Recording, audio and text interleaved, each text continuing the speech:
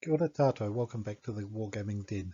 This week's little video is just showing what I've been up to in the last few weeks. Haven't been doing any gaming, but I've been working on a new force of British themed for the Italian campaign, but also for the war in the Middle East and Burma as well.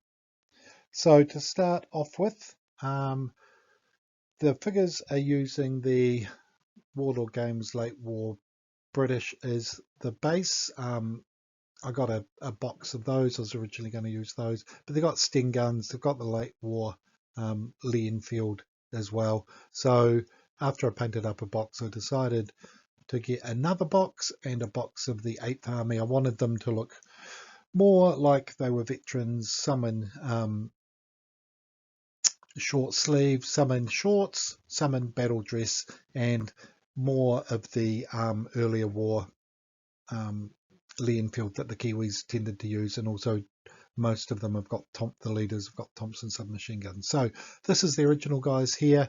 I also did a section of Scots and the Chamois Tartars, whatever they're called, and the idea is that I can mix these guys into the regular sections to mix up what type of force I'm using. Then I've got 3 sections of regular infantry, again mixture of uniform styles, some with backpacks, some without, and then also made some Royal Engineers. So there's a little demolition charge there, another one's placing a demolition charge. Some have got picks and things as well, just to differentiate them on the table. A couple of teams of spotters have been made up as well. That's the Charles Upham figure. He got captured in 42 in the desert though. Another officer, light mortar, a couple of Piets. This one was the second one I did, that guy's in shorts, and that was the original one, and also a sniper team. So lots of variety there. And in the background I've got the armour that I made a few years back. So I've got the Staghound, 3 Shermans in the New Zealand livery of 43, 6-pounder and a Bren gun carrier. So that's the core of my force for Italy.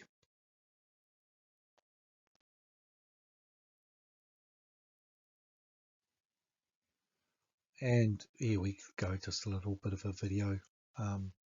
Not the world's steadiest handy cam there, but you get the idea. I've got to repaint the 6-pounder base. That's the old style of basing I used to use. But overall, there we go. Very happy with the way that they've turned out. Very simple paint job. So I paint to get on the tabletop standard. I'm not really interested in being the world's best painter. A few of them are actually 8th Army. I converted the shorts to trousers as well.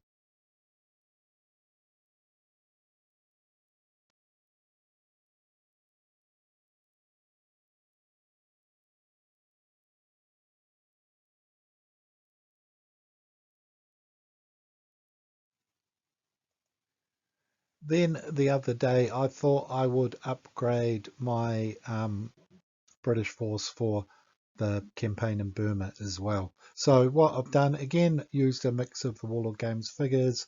This time I've added a few of the Commonwealth hats that I got from one of the guys in Dunedin, and some of the commandos as well. So these are, I think, my sniper team and my machine gun and mortar are from the assault company. My first 14th Army force I painted up about a decade ago are using these figures, but I was so impressed by the Warlord Games ones and the possibilities for doing a bit of conversion and stuff that I've decided to replace them with the Warlord Games figures. So I've done a section of Indians, Sikhs. The Indians provided probably the majority of troops in the Burmese campaigns as well. Last night I painted up a section of commandos. Not 100% happy. I was trying a new technique with dry brushing and then washing for the highlights, but I may go over that. Some officers and NCOs, including a Sikh. Then I've got 3 small squads because I was running out of figures.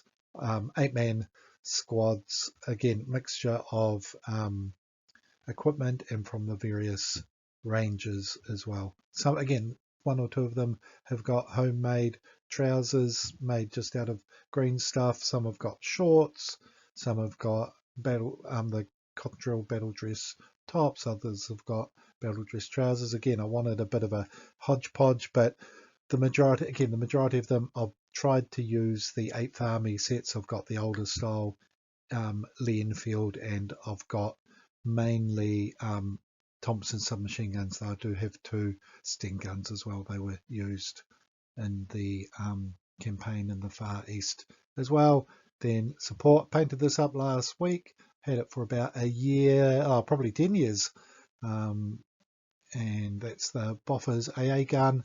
Then I've got the Stuart and also a Bren gun carrier. So I've planned to research and refight Kahima at some point, but it's probably going to be a wee while down the track. Haven't decided how I'm going to do the basing, whether I'm going to match them with these or do something a wee bit different. So I have yet to put any static grass or other stuff on them as of yet, but happy with the way that this army has turned out. I've painted all these guys up, all the infantry sections in the last week, so I've been pretty busy, and I did the office, as I said, last weekend.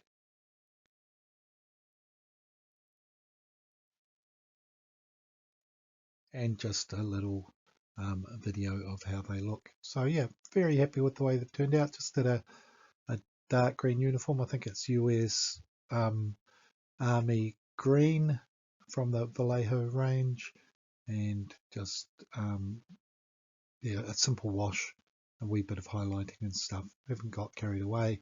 As always, I'm more interested in getting to a tabletop standard and playing the game than being the world's best painter. But even so, still pretty happy with the way that they've turned out, and hope to get them on the table before long and drag out my terrain for the Far East and a game against the Japanese. So stay tuned.